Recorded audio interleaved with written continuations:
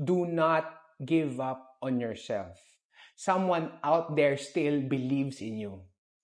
Ako, naniniwala ako sa'yo. Minsan kasi gusto mo na mag-give up dahil you have been trying and up to no avail. Hindi mo pa rin naaatim ang iyong mga goals, yung iyong mga pangarap. Do not be discouraged.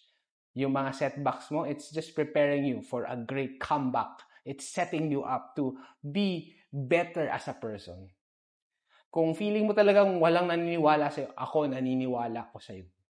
Naniniwala ako na you will learn from your mistakes. Naniniwala ako that you will be better in your decisions. You will be better in having healthy relationships, better in finances.